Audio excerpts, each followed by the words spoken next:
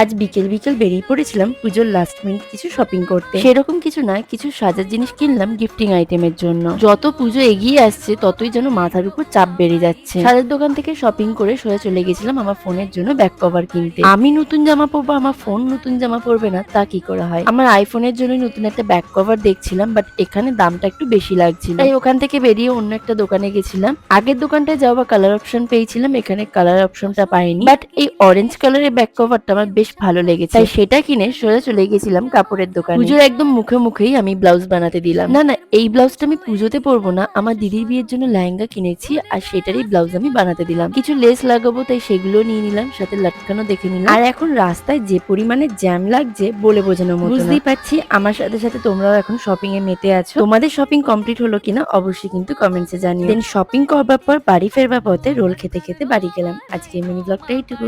By.